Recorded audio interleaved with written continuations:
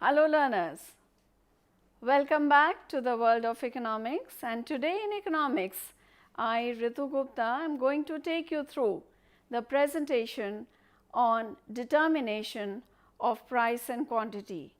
Having gone through this presentation, I am sure you will be able to understand the meaning and determination of price, explain the price determination with the help of demand and supply schedules and diagrams, know of the price equilibrium with the help of again schedules and diagrams, and learn about excess demand and excess supply and the readjustments from these situations.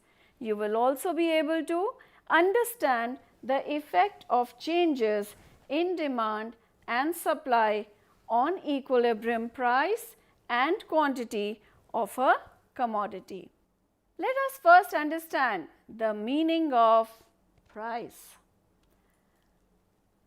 What is price? Price refers to the amount of money which is paid by a buyer to purchase one unit of a commodity, and this price is what we are going to learn how it is determined in the market. Factors that influence the price are: number one, the cost of production. This picture shows, or it tells, much more than 1,000 words. The second factor which influences the price is the price fixed by other sellers in the market. So, a producer will fix a price according to the price which is fixed by other sellers in the market. Yes, it can also be a big price war out there. The third factor is the expected sale at different prices. You may have been planning a sale as a producer or a seller, and that definitely affects the market price for the commodity. Now let us understand equilibrium price. Equilibrium price refers to the price at which the demand of a commodity is equal to its supply. That means whatever the consumers are demanded is being sold by the suppliers. You can see the supply curve which is upward sloping and the demand curve which is downward sloping. Where the two meet is what is known as the equilibrium price. In this manner, the forces of demand and supply together help to form or go in to form the equilibrium price in the market. It's like a tug of war or a contest between the supply and the demand forces, the demand being executed by the consumers and the supply being executed by the producers of different products. It needs to be repeated over and over again that both demand and supply play an important role in determination of equilibrium price. Both are equally important. Demand has an inverse relationship with price. As we saw, it was a downward sloping demand curve, while there is a direct relationship between supply and price. Again, recall the supply curve was upward sloping. This is the demand and supply schedule. The price of chocolates 2, 4, 6, 8, 10 rupees and the number of chocolates demanded. As we can see, as the price is increasing, number of chocolates demanded are decreasing. On the other hand, market supply of chocolates, as the price is increasing, producers find it more profitable, so the quantity supplied is also increasing. Let us see now. At price of 2 rupees, there is a shortage or surplus of minus 80. What will we call this? Since demand is greater than supply, it is a surplus. Again, at price of 4, there is a surplus, or what we can call it as an excess demand. At price ₹6, there is this special arrow showing that we have finally reached a price where quantity demanded equals quantity supplied. So, there is neither a surplus nor a shortage, and this is known as the equilibrium level. Beyond the equilibrium level of price, we can see there is excess supply of the commodity, and so there is a excess supply here for the commodity. Hence, the demand and supply schedule help us understand equilibrium price. The same can also be shown with the help of a diagram. We plot price on the y-axis and we plot quantities on the x-axis. The intersection of the upward sloping supply curve and the downward sloping demand curve give us what is known as the equilibrium price and quantity. Now, what if there is disequilibrium in the market? That means, is it always possible for the price to come down to the level of equilibrium or move up or beyond the level of equilibrium? Yes, there is such possibility, and for this we need to understand the two situations that occur in case of a disequilibrium. These are excess demand and excess supply. Again, let us go into the details of each one of them. In case of excess demand, there is the situation when quantity demanded is more than quantity supplied at the prevailing market price. That means demand is much more than the supply, hence the term excess demand. This situation arises when the market price is less than the equilibrium price. That is, as we can see here, the equilibrium price is here. However, the market price comes down to this level P1, and at this level P1 we can see that quantity supplied is Q1, whereas quantity demanded is QD. This much is excess demand, that is QS1 and QD1. The gap QD1 minus QS1 is excess demand. Let us now understand what happens in situation of excess supply.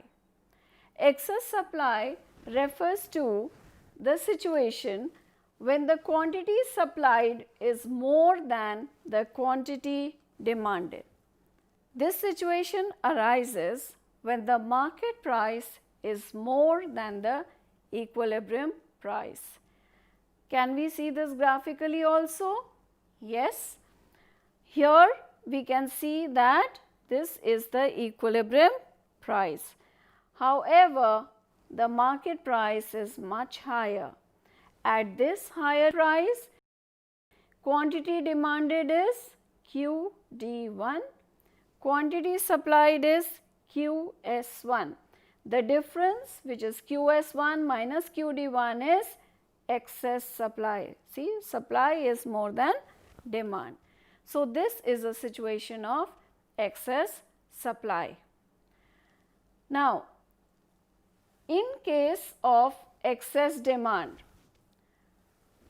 when there is excess demand and prevailing market price is less than the equilibrium price, there emerges a competition amongst buyers and they are ready to pay more than the market price.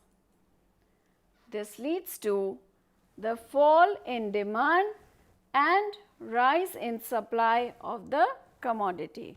Increased price means fall in demand and increased price means rise in supply. So, this is what results in case of excess demand, as a result of which here the price moves back, has a tendency to move back to the equilibrium price, which is P1, and equilibrium quantity, which is Q3. So, unless and until these automatic adjustments are taken care of, then the market price may prevail. However, if automatic adjustments which cause the demand to shrink and the supply to increase are there, the equilibrium price is regained. Let us understand the same in case of excess supply, that is, how is equilibrium price determined when there is excess supply. When there is excess supply and prevailing market price is more than equilibrium price, there emerges a competition amongst the sellers and they are ready to sell more. Now, this is interesting. Let us see this in the diagram. This is a situation of excess supply. When price is more, suppliers will try to reduce the supply, and this automatic adjustment goes on happening till this equilibrium level is achieved, till P1, Q3 are achieved. This is hence what happens in case of excess demand and supply. Now, what is the effect of change in demand on equilibrium price and quantity? We have to understand this. First, let us understand increase in demand and decrease in demand. Let me just remind you that increase and decrease in demand are going to cause the demand curve to shift. Let us take the case of increase in demand first. In case of increase in demand, we can see the demand curve shifts outwards to the right as shown, and as a result of this, equilibrium shifts to this. The equilibrium price rises and so does the equilibrium quantity.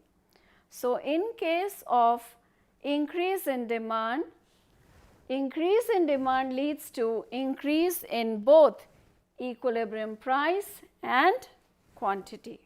Let us take the case of decrease in demand. Here there is decrease in demand, that means a inward shift of the demand curve. As a result of this, equilibrium shifts and price falls from P0 to P1 and from Q0 to Q1. So, in case of decrease in demand, the decrease in demand leads to decrease in both equilibrium price and quantity. Let us now look at the effect of change in supply on equilibrium price and quantity. Again the same two situations, increase in supply wherein the supply curve will shift outwards and decrease in supply wherein the supply curve will shift inwards. Here is the diagram showing, yes, increase in supply because the supply curve has shifted outwards. Now, this increase in supply causes equilibrium also to shift. This equilibrium shows that there is a fall in price and an increase in quantity. Hence, increase in supply leads to decrease in equilibrium price and increase in equilibrium quantity. Let us go to the effect of decrease in supply on equilibrium price and quantity. As shown in the diagram, the supply curve shifts inwards and leftwards. As a result, equilibrium is also shifting. So, this causes price to increase and quantity to fall. Hence, a decrease in supply leads to increase in equilibrium price and decrease in equilibrium quantity. I hope that today's presentation has been explanatory with the use of diagrams. Look forward to giving you more such presentations. Thank you and all the best.